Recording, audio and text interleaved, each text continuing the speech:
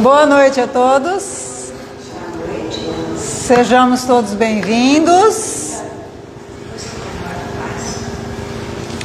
Hoje nós estamos recebendo o nosso amigo Tó, de Analândia, do Centro Espírita Amigos da Luz, que fez aniversário ontem, 16 anos. 17? Nossa, 17 anos. Então, eles estão comemorando, então ainda estão no mês das comemorações, né? Do aniversário da casa. E hoje nós temos a alegria de receber o Tó aqui para falar para nós sobre atitudes. Então, vamos fazer a nossa prece, iniciando os trabalhos da noite. Quem desejar fechar os olhos, fique à vontade. Quem assim não desejar, não tem problema. E vamos então agradecer a Deus, nosso Pai, a Jesus, nosso Mestre, nosso amigo, nosso exemplo, que devemos seguir, em quem devemos buscar a força, buscar todas as orientações para as nossas vidas. Agradecer a espiritualidade amiga que nos assiste, que nos ampara, aos nossos mentores, aos nossos anjos da guarda, a todos aqueles que nos assistem e que nos auxiliam na caminhada, sempre nos intuindo para o bem, para as boas ações.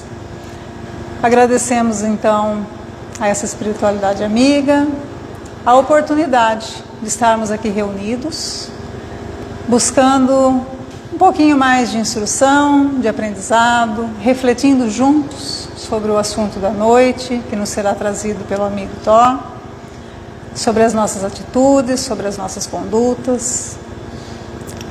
E pedimos a Deus e a Jesus que nos ampare, que nos auxilie na compreensão da mensagem desta noite, buscando colocar em nossos corações ideias renovadas, sentimentos renovados, para seguir os nossos caminhos com mais acerto, em busca da nossa evolução, da nossa felicidade, em todos os nossos caminhos.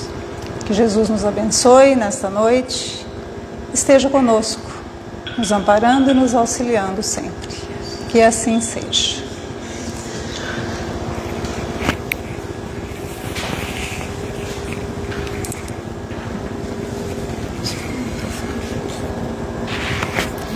Muito bom. Uma boa noite a todos. É sempre uma grande alegria estar aqui nessa casa. E como a Cecília falou, nós completamos ontem 17 anos. E foi graças a essa casa que nós existimos lá hoje. Então eu queria externar minha profunda gratidão àqueles que disseram: vamos lá, tomem uma atitude e nós ampararemos, assim como Jesus faz com a gente, né? E estamos lá, firmes, fortes, buscando levar a mensagem de Jesus e de Kardec a todos aqueles que nos procuram e tentando praticá-la, que é o mais importante, tá? Muito bem. Essa palestra, se alguém se lembrar, ela foi feita dia 3/10/2010 aqui nessa casa.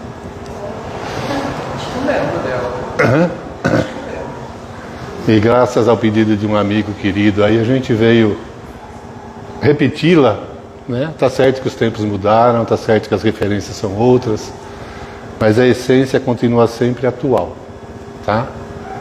E tá aí o presente para o meu amigo. Vamos começar então falando assim, ó. Perdão, peguei um ar-condicionado agora num carrinho aí. Eu gostaria de começar essa palestra com um trecho do livro Alice no País das Maravilhas, que é para a gente começar a refletir já, tá? Quando há um diálogo entre Alice e o gato. E Alice pergunta: você sabe, você pode me ajudar? E o gato responde: sim, pois não. Alice pergunta: para onde vai essa estrada? O gato pergunta: para onde você quer ir? Eu não sei, estou perdida. Para quem não sabe para onde vai, qualquer caminho serve. Um conto infantil, tá?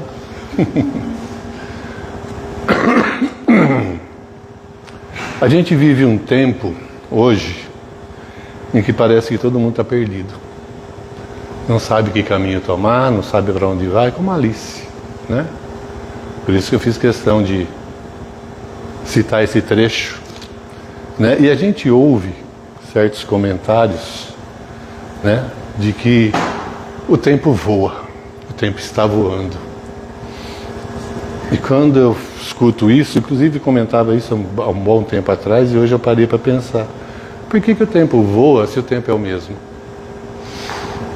Aonde está a nossa atenção ou a nossa desatenção nos tempos de hoje?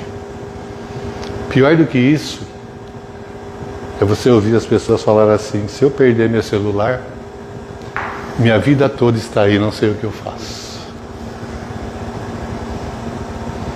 Todo mundo dá risadinha, mas todo mundo já falou isso, né?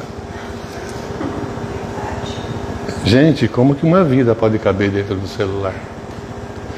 Aqui se resumiu a nossa referência, aqui se resumiu as nossas expectativas. É triste, mas acontece. No mundo hoje onde estamos conectados pela internet, né, nesse mundo globalizado, fica muito difícil você imaginar a gente sem esse recurso. Mas e até então, quando não tinha, a gente não vivia? Tá certo que a nova geração não sabe o que é isso. Outro dia meus netos estavam em casa, hoje já estão casando, 24, 25, 26 anos. Eles estavam falando assim: vô, o que a gente fazia quando a gente não tinha internet? E vocês brincavam. Porque eles iam lá para minha casa e eu proibia eles de levar qualquer tipo de brinquedo. Então eles tinham que fazer esse brinquedo. E hoje você vê, quando eles sentam, a memória que eles têm a respeito disso, a riqueza que eles ganharam com a experiência que têm. E essa geração nova, como diz o Sandro Klingen, né, é uma geração nem trabalha nem estuda, que não aprendeu nada e não vai deixar nada, infelizmente, tá? Mas tem um pequeno vídeo de Haroldo Dutra que ele fala assim que nós estamos hoje numa sociedade que compete muito com o outro, quer ser melhor que o outro. Que deixamos de ter a meta de sermos únicos, porque nós somos únicos. Uma vírgula naquilo que a gente fala, uma poeira na lente que a gente enxerga o mundo, faz toda a diferença. Por mais parecidos que nós somos uns com os outros, nós somos únicos. E era isso que a gente devia voltar a nossa atenção. E as perguntas que a gente deveria fazer para a gente, que ele cita nesse vídeo, é assim, ó: o que mais importa?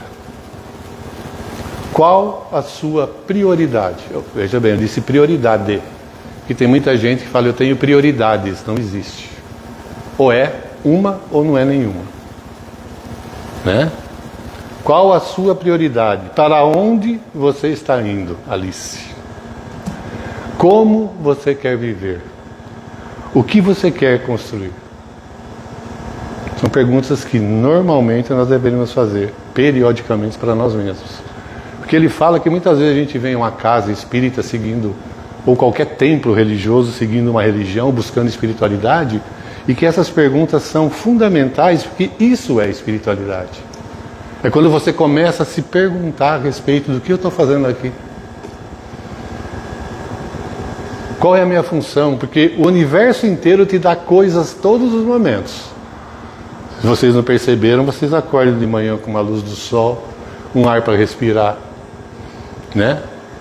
Oportunidades de crescimento, de graça. Mas o que eu estou devolvendo para isso? É apenas para refletir, tá? Mas, para a gente começar a refletir a respeito disso, a gente vai precisar de uma coisinha simples que hoje a gente teve que falar aqui, chama atitude. Eu falo que a palavra mais forte ultimamente que vem se repetindo para mim, que está na moda, é procrastinação, né? Para quem não sabe, você vai empurrando com a barriga, né? E nunca faz nada. Então, o que é atitude? O que é assim, ó? Como se pode definir atitude?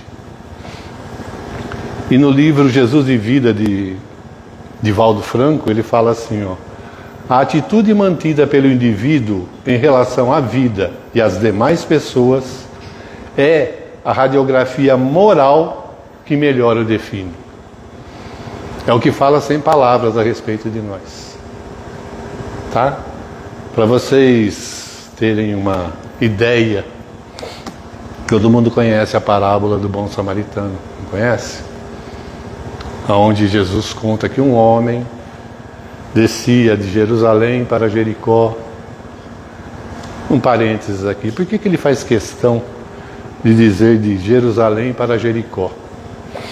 Porque constantemente em nossa vida nós estamos fazendo isso e não percebemos. Existe um significado por trás? Claro que existe. Por quê? Porque Jerusalém era a capital espiritual da época e Jericó era a capital comercial. Quando a gente desce o padrão vibratório do plano espiritual e começa a se apegar à matéria, baixamos as nossas vibrações e somos frequentemente assaltados por espíritos infelizes, nem sempre maus, que fazem com que nós também devemos uma surra e sejamos caídos no caminho como o homem da parábola. E passou por ele 3 pessoas, um levita, um fariseu e um samaritano. Todo mundo conhece que os 2 conhecedores das leis passaram reto, e o terceiro, que era uma pessoa mal vista, o que ela fez? Socorreu. Qual foi a que revelou a qualidade moral, sem palavras, daquele que socorreu? O samaritano. Então, por isso que ele fala que é a radiografia moral que melhor o define, sem palavras. Então, nessa parábola simples, porém cheia de ensinamentos, é justamente que ele não precisou dizer quem era o melhor, quem era a pessoa boa, quem era o homem de bem ali. Ele simplesmente citou aquele que teve uma atitude diante da moral que ele tinha dentro dele. Tá? Mas como nascem, como surgem as atitudes? Elas nascem nos hábitos de comportamento, possibilitando a cada indivíduo expressar os sentimentos e as qualidades que lhe são próprias. Que lhe são próprias. Por isso que no vídeo ele fala assim: nós não podemos nos comparar com ninguém.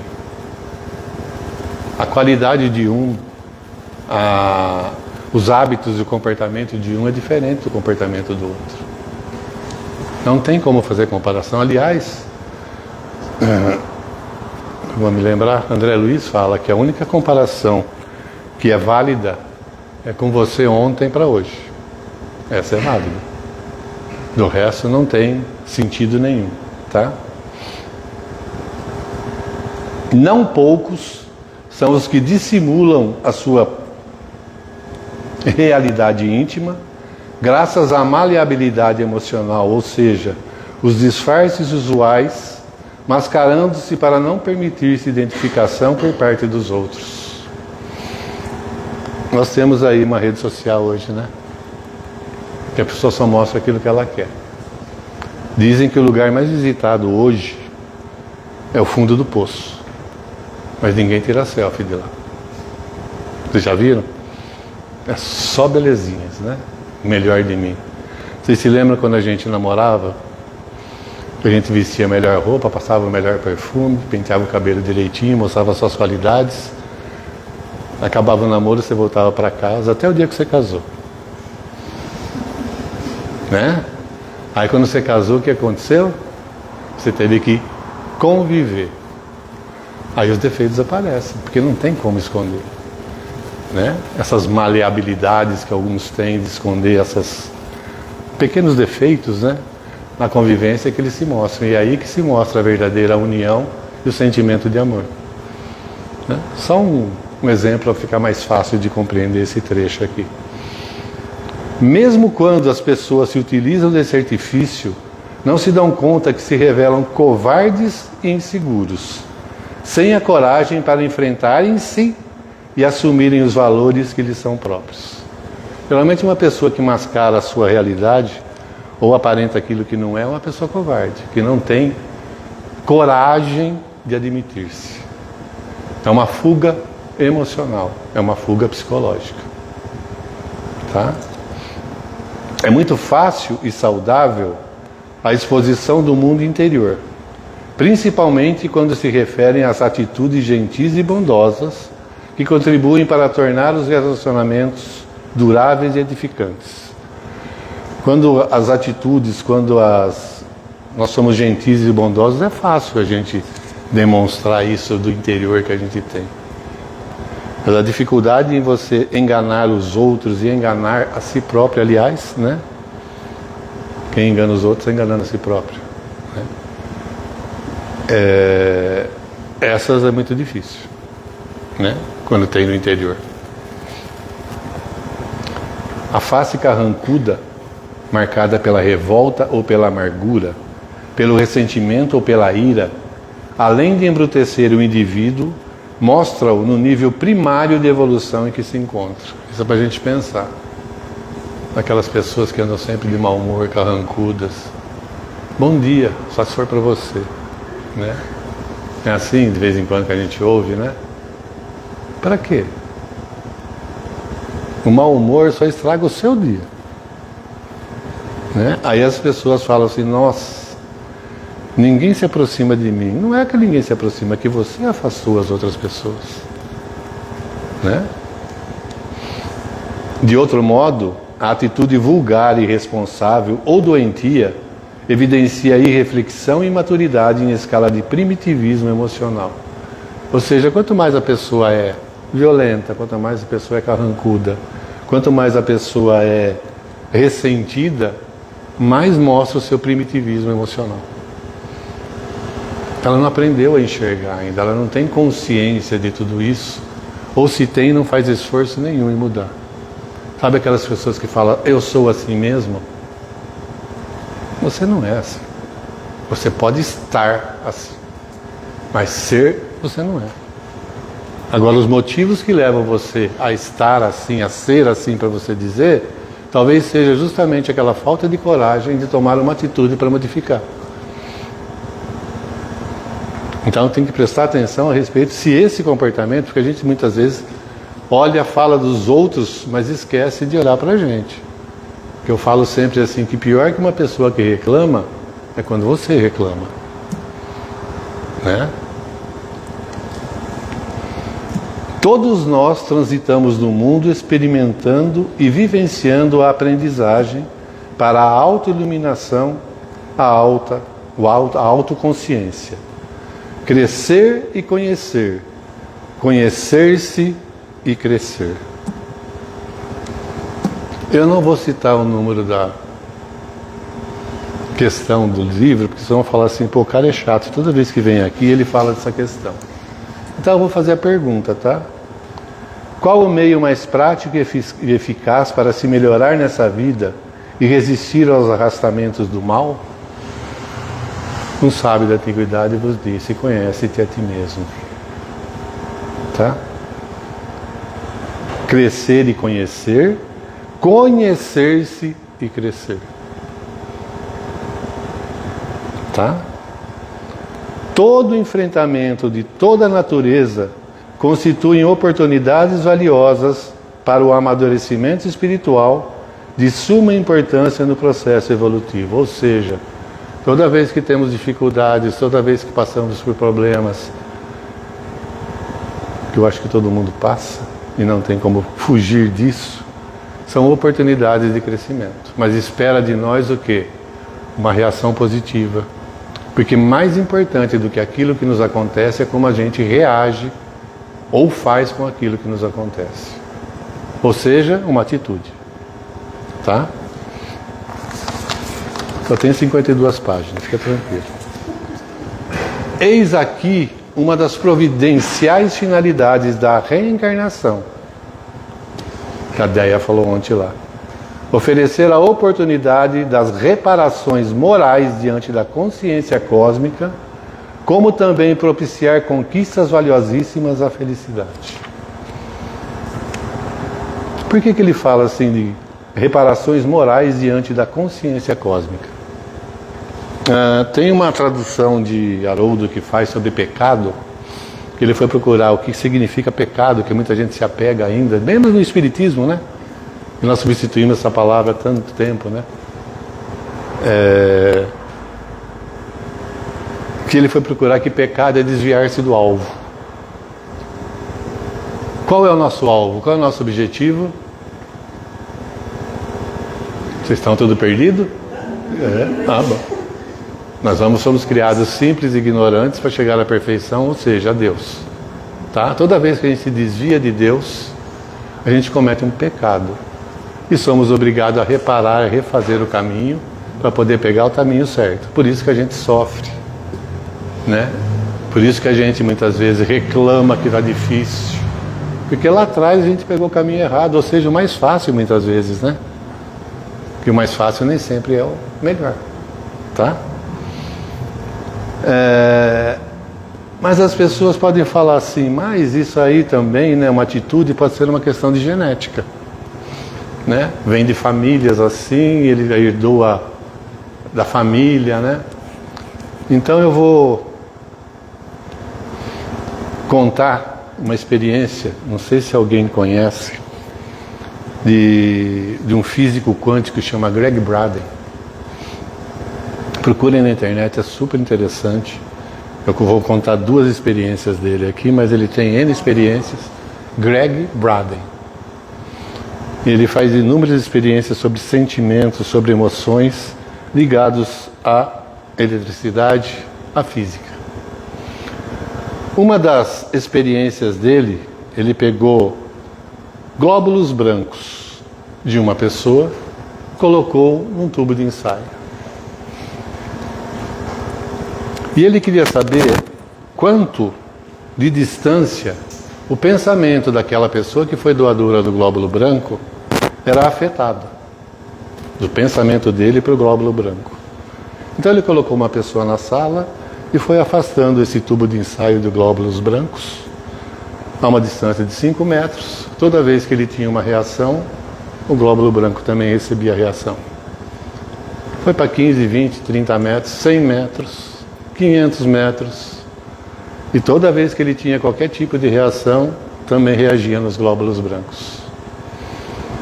Então ele chegou à distância de 80 quilômetros,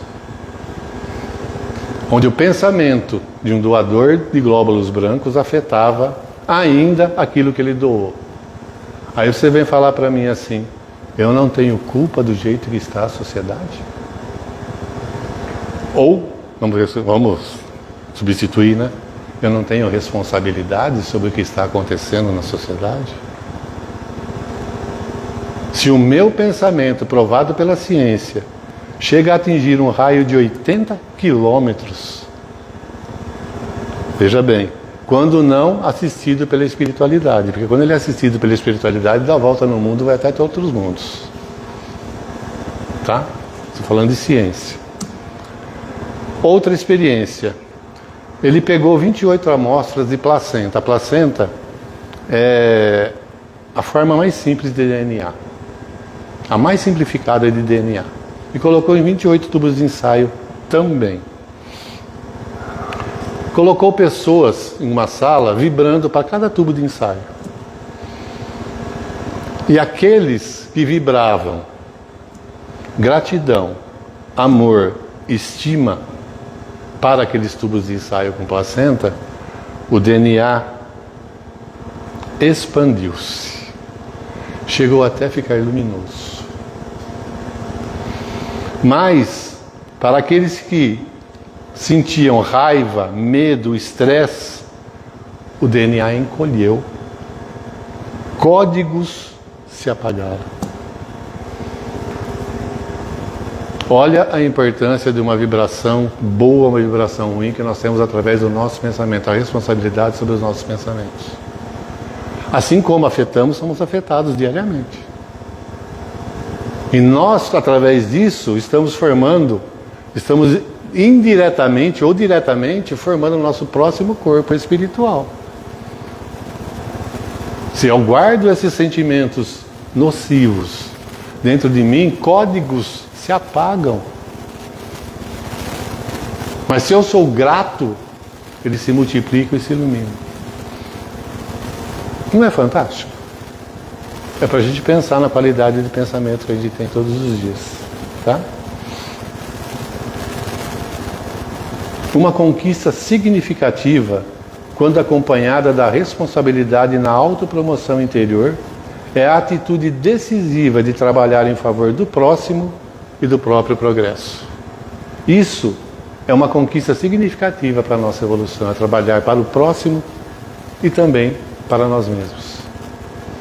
Ou seja, tudo aquilo que eu faço ao próximo, eu faço para mim mesmo. Tudo aquilo que eu desejo para o outro, eu estou desejando para mim.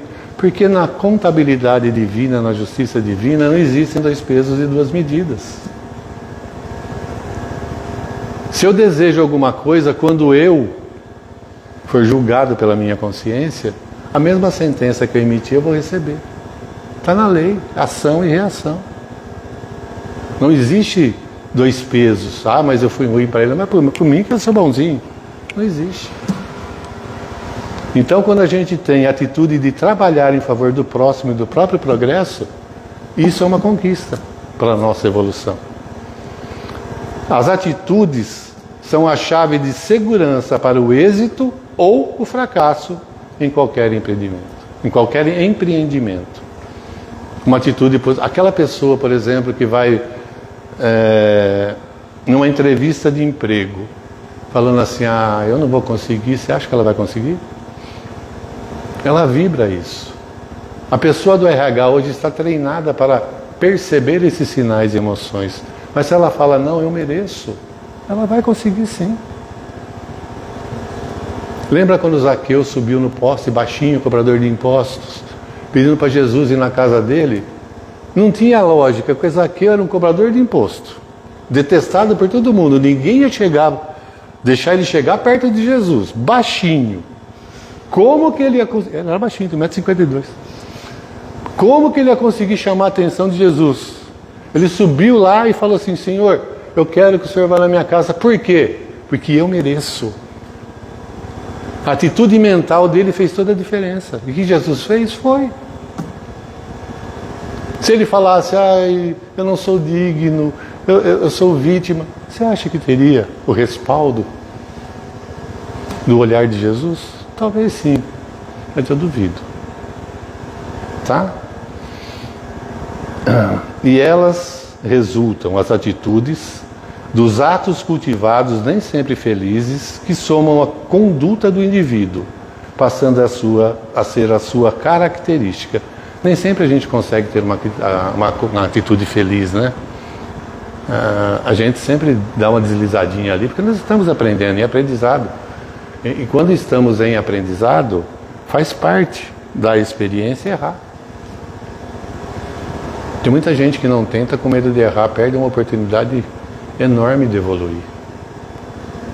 Toda vez que a gente quer adquirir experiência, é tentativa e erro. Porque quando for tentativa e acerto, você já adquiriu experiência, você já aprendeu e você vai partir para outra.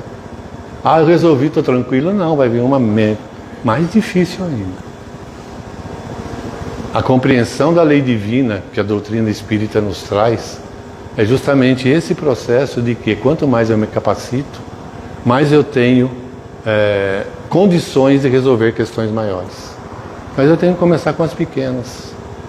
Então não tenha medo de errar. Faz parte do processo. Tá? Assim como os hábitos fazem parte do dia a dia das pessoas, surgindo daí pela repetição as atitudes perante a vida. A gente só aprende nesse planeta por repetição. Lembra quando eu entrei na escola que a pessoa falava assim, o professor fala, copia 10 vezes a tabuada, a letrinha. É por repetição, por enquanto. Por enquanto. A gente aprende por repetição.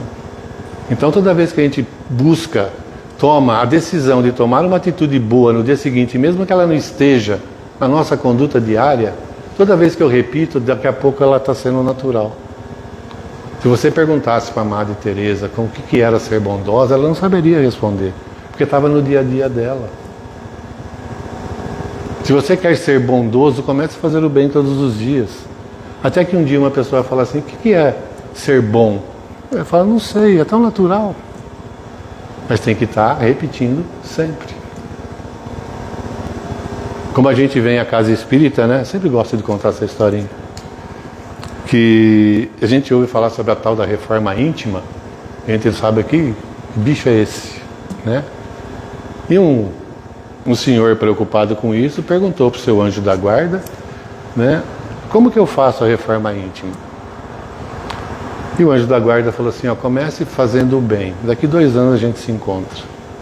E ele começou a fazer o bem todos os dias, ansioso por chegar ao encontro depois de 2 anos, né?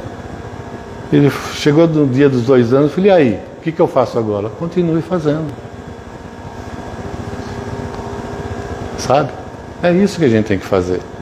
Tem um trecho de um vídeo de Raul Teixeira que ele fala o nosso lado sombra, que eu vou replicar aqui, que é muito interessante. Que ele fala assim, que esses comportamentos que a gente tem são hábitos enraizados. E nós somos espíritos milenares. Se vocês não sabem, novidade. Não fomos criados ontem, temos uma bagagem, ó, tá? Então ele fala que são hábitos enraizados milenares que a gente tem que mudar. Para se modificarem, é preciso um querer maior, mais intenso, para superá-lo. Porque nós temos que sair desse condicionamento. É como no livro dos Espíritos, né? O homem tem condições de melhorar-se, sim.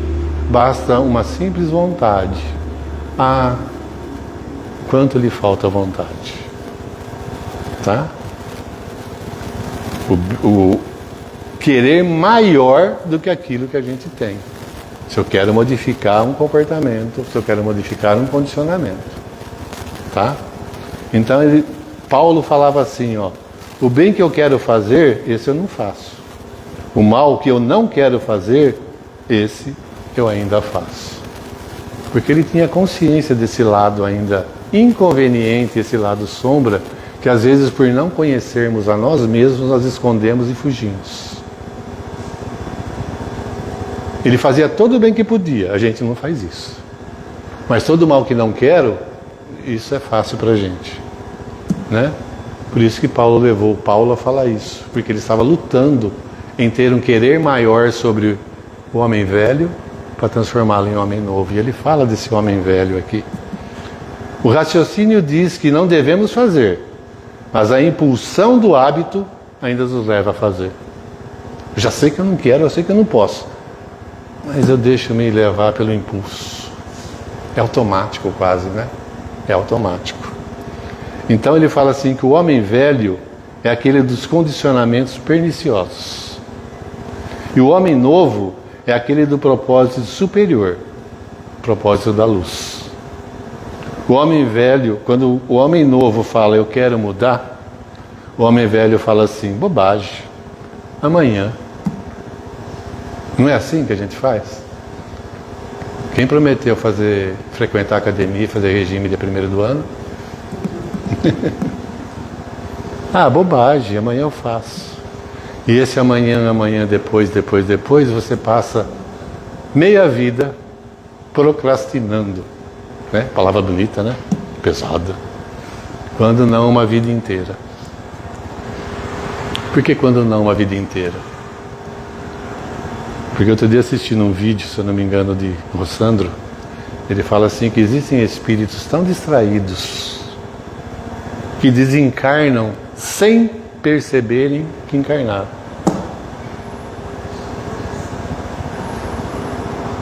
Ou seja, oportunidade perdida. Daqui a pouco entra na fila. Só que a fila está grande. Né? Tem que prestar atenção nisso. O que eu estou fazendo com aquilo que me foi dado como oportunidade de crescimento. Aí, depois que acontece tudo isso, tem uma tal de enfermeira que Deus manda que chama dor. Não aprendeu por amor, vai aprender pela dor. E o homem velho, como é covarde, ele se retira. E o homem novo, aquele que persiste, né? Que está doente, ele está cheio de boas intenções. Se você perguntar para ele, está sofrendo, você perguntar para ele como está, não, está tudo bem, está tranquilo, né? E Raul até brinca, né? Ah, se eu sair dessa, até você se palestra do Raul, vocês podem falar do Tom, tá? É esse o homem novo que a dor visita, que o homem velho se retira para poder se transformar, tá? Vamos continuar aqui. Os hábitos saudáveis conduzem à felicidade e à harmonia, enquanto que os perturbadores respondem pelos desequilíbrios, gerando transtornos emocionais. Quantas vezes a gente se sente perdido, quantas a gente se sente perturbado, mas não presta atenção nos hábitos que nós temos, as atitudes que tomamos. Em compensação, pessoas que servem, pessoas que estão sempre ativas, pessoas que estão sempre ajudando alguém, estão sempre saudáveis, felizes, não é? Hábitos saudáveis, tá? Se nós queremos ter uma agradável maneira de viver, faz-se necessário termos atitudes positivas em relação aos objetivos elevados, para que nossa conduta se transforme. Se eu venho a uma casa espírita, me digo espírita, chamo Jesus de mestre, e não mudou nada, alguma coisa não está batendo aí, né? Porque todos aqueles que mudaram radicalmente é porque chamaram Jesus para ser hóspede, não visitante. Isso nós temos exemplos de monte no Evangelho. Radicais, inclusive, né? Saulo, Paulo, Madalena, né? Então são esses aí que fazem a diferença, porque chamaram Jesus para ser o que? Um hóspede dentro de si mesmo, não um convidado, tá? As atitudes funcionam como reflexos da vida interior, podendo ser renovadas, transformadas, trabalhadas pelo Espírito, que é o comandante do corpo. A gente pode transformar tudo isso, renovar tudo isso, basta uma vontade um pouco maior, como dissemos um pouquinho atrás. A vontade de mudar tem que ser maior do que o hábito, né? Aí é que entra o pensamento, a renovação da paisagem mental. E através dessa renovação íntima, o pensamento é convidado a reflexões agradáveis e felizes, possibilitando o surgimento do hábito saudável, que irá contribuir em favor do crescimento espiritual. Se vocês tiverem a curiosidade e a oportunidade, procura lá na Obras Póstumas, Fotografia e Telegrafia do Pensamento. Tem um artigo lá fantástico onde Kardec fala a respeito de que quando um espírito superior quer saber do arquivo de um espírito inferior, ele pega e abre o pensamento dele como se fosse uma ficha de arquivo, porque tudo está lá fotografado, nada se perde. Olha a importância. E a gente acha que pensar é simplesmente pensar, né? Procurem lá esse artigo que é fantástico.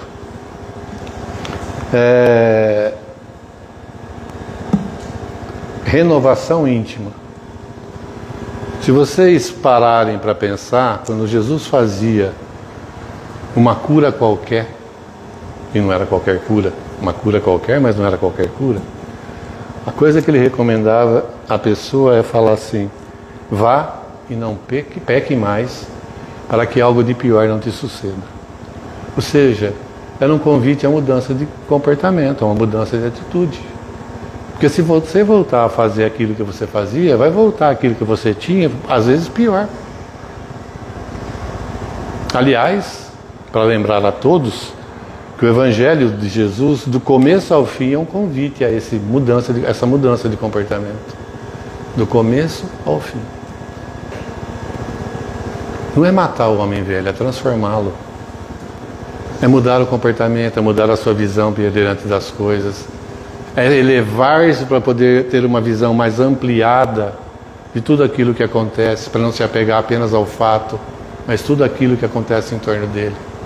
Esse é o convite do Evangelho, a sua mudança de atitude. Tá?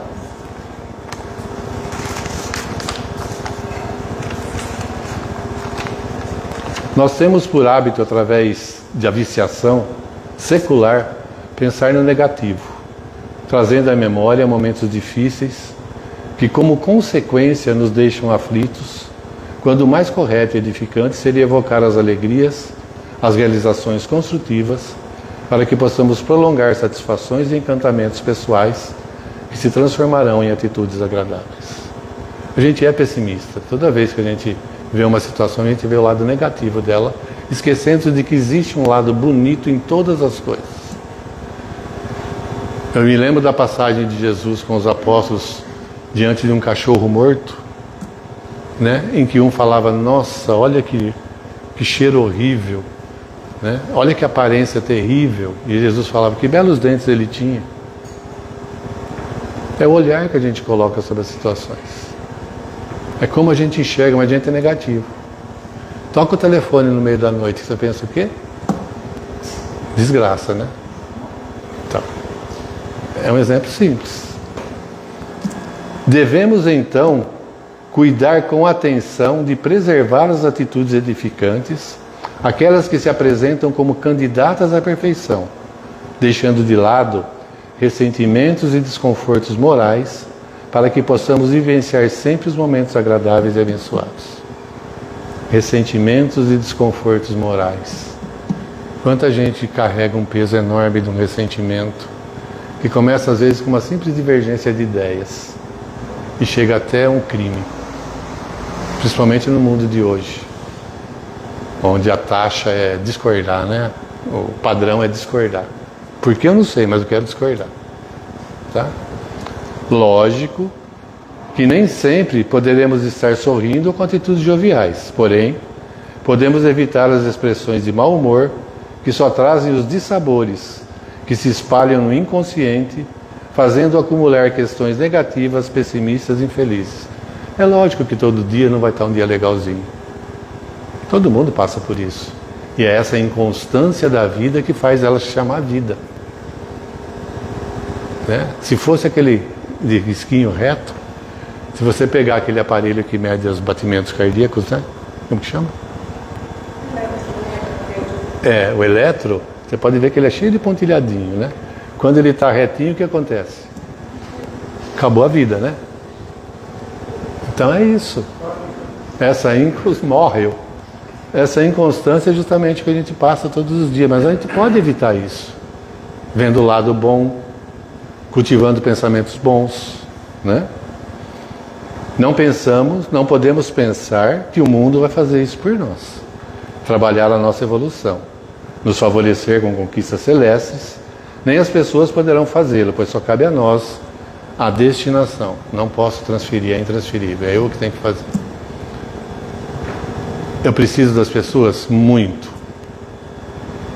Mas a pessoa mais importante que você encontra aqui, hoje encarnado, é você mesmo, porque a responsabilidade com você é maior do que com todo mundo. E é através das pessoas que você cresce. É um paradoxo interessante, né? Mas é assim. Tá? No mundo e nas pessoas encontraremos, preste atenção, oportunidades que favorecerão o nosso adiantamento. Porém, as atitudes de combate competem a nós. As pessoas e as situações nos oferecem oportunidades.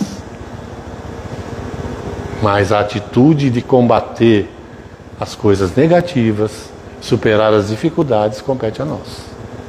Tá? A resposta de Deus, às vezes a gente pede, antes de ler essa frase, às vezes a gente pede ajuda de Deus, a gente espera que Deus venha pessoalmente falar com a gente, né? Se não for assim, não vale. né? E como a gente é muito inacessível, como a gente é muito teimoso, como a gente é muito rebelde, Deus oferece as respostas às criaturas que vêm através das criaturas. Uma pessoa que passa, um amigo que vem te aconselhar, mesmo não sabendo que você tinha. Às vezes aquela súplica que você fez para Deus vem na boca de uma pessoa que está ao seu lado. Deus não vem pessoalmente, mas Ele usa as pessoas ao lado do seu lado para falar para você, ó, aquela resposta que você queria, que você perguntou para mim, Ele está falando aí. Mas a gente anda tão apressado na correria do mundo que a gente não tem necessidade de entrar, só entra quem quer. A gente mal pergunta e mal tem tempo de esperar a resposta. E já pergunta de novo. E acha que Deus não responde. Aí Deus é culpado, né? O amor com que nos revestimos vão tornar nossas atitudes pacíficas e brandas, atraindo ao nosso círculo emocional vibrações que irão favorecer o nosso crescimento interior.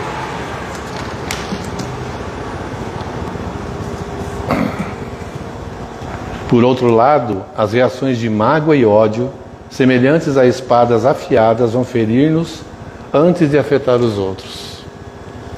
Toda vez que eu tenho uma mágoa, toda vez que eu tenho um ódio, quem se machuca primeiro sou eu. Não é assim? É de nossa responsabilidade cultivar os hábitos mentais, conforme as emanações educadas ou não, para que se transformem em atitudes existenciais que irão estimular novos comportamentos. Eu sei que é um Deus lá em cima. Essa frase resume bem isso.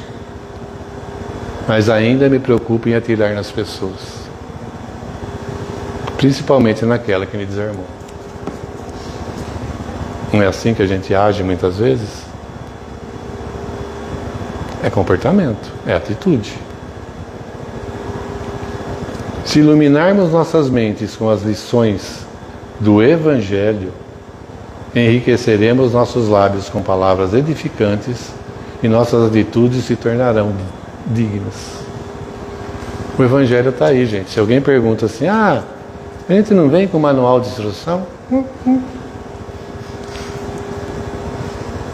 Evangelho. Tudo que você precisar, tudo que você procurar, está lá. Ah, mas tudo? Tudo. Tirando o Evangelho, vamos para as obras básicas. Eu me lembro que Divaldo Franco uma vez foi fazer uma palestra numa universidade e Joana falou para ele, estuda. Eu falei, eu sei tudo, né? Chegou lá, perguntaram para ele sobre física quântica. E ele falou, e aí? E ficou sem saber o que responder. E saiu de lá bravo. Falou, mas você não falou que tinha tudo lá no Livro dos Espíritos? Ele falou, tem. Questão 540 do Livro dos Espíritos. Tudo evolui, tudo progride na natureza, desde o átomo até o arcanjo, pois o mesmo começou pelo átomo.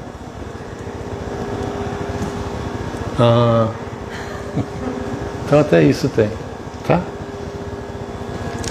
Tudo que arquivamos no pensamento transforma-se em alimento emocional, e conforme a qualidade, envenena ou santifica a alma. Se nós temos o alimento material para cuidar do corpo, as nossas emoções são o nosso alimento espiritual. Com o que você está alimentando o seu corpo ou com o que você está alimentando a sua alma? Então tem uma frase que fala assim, né? Se as suas palavras pudessem ser comidas, elas eram alimento ou veneno? Né? Selecionemos nossas reflexões e pratiquemos atitudes mentais de paz, de compaixão, de misericórdia, para podermos fruir o bem-estar que a retidão proporciona a todos que a ela se entregam. Simples. Mas tem que selecionar, tem que parar de vez em quando pensar o que eu estou pensando, o que eu estou me alimentando, que alimento estou dando aos outros. Gente, uma vida sem reflexão, como diz Emmanuel, é como ouvir uma música sem sinfonia. Será que a gente está tendo tempo para parar, para pensar para a gente? Um tempo para a gente? Você assim, ó, bem gentil. 1 minuto a cada manhã que você acorda. Eu queria convidá-los a fazer esse teste. Lembre-se quando você acordar de manhã. Começa amanhã. 1 minuto, pare e faça meditação. O que é meditação? Não é não pensar em nada. Meditar significa assim, eu quero dedicar esse tempo para mim. Eu estou aqui, eu existo. Eu sou filho de Deus. Qualquer coisa, 1 minuto. Durante 10 dias. Depois de 10 dias você aumenta para 2, até chegar em 5 minutos. De 10 em 10 dias. Depois vocês voltam aqui e falam para mim a diferença que isso fez no seu dia. Na sua vida. Porque a gente não tem tempo para nós.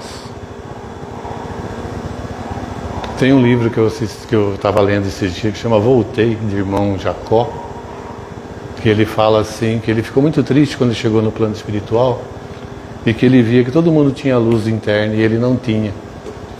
E ele ficou muito acabrunhado com isso, triste, falou, não, fique tranquilo que com o tempo isso vai se resolver. Mas ele descobriu que ele não tinha luz dentro dele porque ele se preocupou em acender a luz dos outros. E ele esqueceu-se. Não que isso se perdeu na contabilidade divina, não é isso. Mas quando a gente se esquece para poder simplesmente cuidar dos outros, nesse sentido de abandonar-se, a gente não está fazendo o correto, porque eu só dou aquilo que eu tenho. Então ter esse tempo para cada um, todo dia que você tem exclusivo para você, 1 minuto, 5 minutos, faça uma coisa, fala, eu estou aqui fazendo isso, sem se preocupar o que vai acontecer amanhã, depois, estar presente no momento, é isso que é importante. Só essa atitude muda completamente o dia. Eles falam assim que a gente tem 2 coisas para fazer quando a gente acorda de manhã. Reclamar ou agradecer. O dia vai ser o mesmo, mas o resultado não. A gente precisa de hábito, de atitude, tá? As nossas atitudes falam sem palavras a nosso respeito, revelando os recursos que dispomos nos cofres do nosso coração. Tem pessoas que perguntam assim, como que eu faço para me conhecer? Presta atenção naquilo que você fala.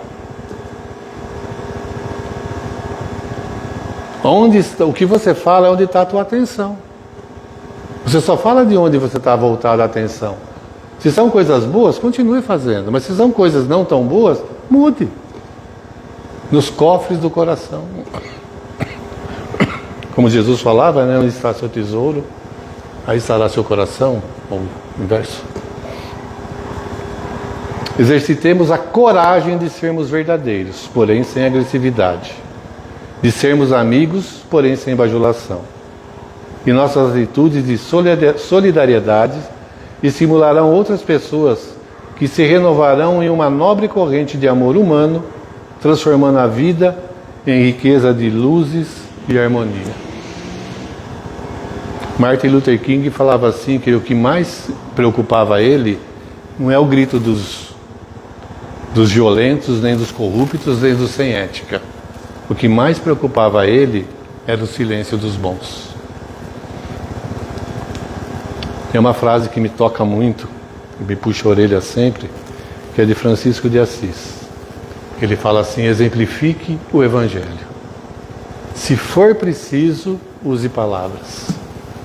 Porque às vezes aquela pessoa que está cruzando com você no seu dia a dia, o único Evangelho que ela vai ver é o seu comportamento e a sua atitude.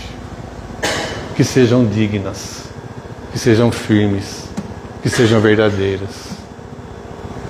Esse é o Evangelho, nos transformar em Evangelho vivo.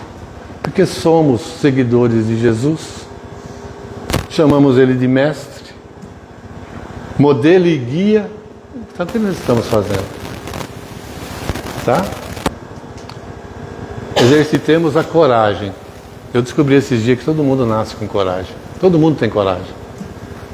É um sentimento inato. Mas o que faz ela ser colocada em prática chama-se ousadia. Ouse ser corajoso. Está com medo? Vai com medo mesmo. Ela te encontra no caminho. É necessária essa atitude positiva de acreditar e confiar. Senão a gente não vai sair do lugar, vai ficar sempre tremendo como crianças. Emmanuel nos chama assim como um grande berçário, né? Nós chama de criança, já estamos mais evoluídos. Quando eu olho para a Terra, vejo um grande berçário. Tá? E a gente acha que evoluiu bastante. Sejamos exemplos, comecemos por nós. Jesus manteve todas as suas atitudes coerentes entre o que falava e o que fazia. Alinhava-se o que ele falava e o que ele fazia. O seu exemplo de fidelidade ao seu ideal tornou-o respeitado mesmo pelos seus adversários, aqueles que o combatiam e o desprezavam. Aí você vai entender quando Paulo, no fim da sua jornada terrestre, falou assim, ó, saúde. Foi Paulo que falou. Combati o bom combate. Ou seja, eu não fiquei querendo modificar o mal que existia fora de mim. Eu modifiquei o mal que existia dentro de mim.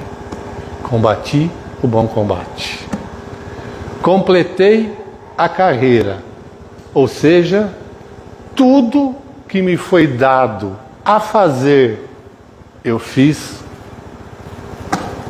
corretamente. Igual a gente. Né? Emmanuel fala assim, enquanto você falar que fez tudo que pode, ainda vai faltar o que devia. Né? E guardei a fé. Ou seja, em nenhum momento eu duvidei. Igual a gente. Tá? Com esse comportamento, ele foi luz para o mundo em trevas de ignorância, o caminho a ser seguido no matagal da crueldade, a porta de acesso ao reino de Deus. Terminando a nossa palestra, eu queria convidá-los. A gente está se iniciando aqui um novo ano, né? E a gente sempre espera que o ano seja bom. E se a gente for bom para o ano que começa?